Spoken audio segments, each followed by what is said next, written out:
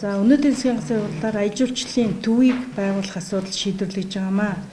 Ер нь Монгол улс аяж жуулчлалын салбараа хөгжүүлэх асуудал дээр онцгой анхаарлаа хандуулан ажиллаж байгаа. За бид бол хүрэн эдийн засагта уул уурхайн салбар дээр түшгэлсэн эдийн засгийн орлого болдог ийм улс орн. Тэгэхээр өнөөдөр дан ганц уул уурхайн салбараас хараат байдаг эдийн засгаа өөрчлөхийн тулд аяж жуулчлалын салбарыг хөгжүүлж олон мянган иргэдийг ажилтаа орлоготой болгох, орж ирж байгаа орлого нь тийш хүртээмжтэй хуваарлагдах, ажлын байрыг бий болгох, мөн орж ирж байгаа жуулчдын тоо нэмэгдэх хэрээр 10 хүн тутамд нэг ажлын байр бий болдог ийм сайн үзүүлэлттэй орж ирж байгаа орлого бол маш тийш хүртээмжтэй хуваарлагддаг, иргэн бүхэнд хүрдэг.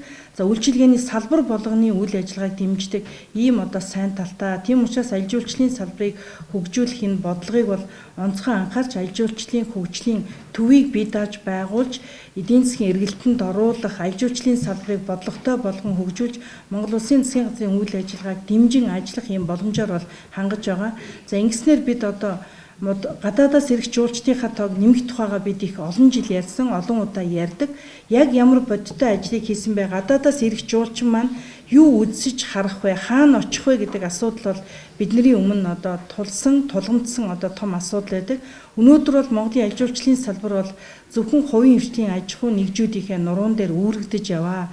Тийм учраас энэ засгийн газрын үеэс эхэлж Монгол төрийн бодлогод аяж жуулчлалын салбар бас орж ирж байгаагийн том нэг шийдвэрийн баримтчиг гарлаа гэж бид ойлгож байгаа. Ингэснээр өнөөдөр олон зүйлийг бас бид ярмаарг байгаа. Улаанбаатар хотоо аяж жуулчлалын үүд хот болгож, аяж жуулчлалын төв болгож хөгжүүлнэ гэдэг нэг том зорилтыг тавьж байна. Хоёрдугаард Хинтээ аймгийн дадал сумыг Дэлгүүн болдогт Шингэсийнхээ төрсөн газар нутагт нь аяж жуулчлалын төв байгуулах асуудлыг шийдвэрлэх нь түүхэн аяж жуулчлалыг хөгжүүлэх том үүрэг зорилготой гэж бид үзлээ.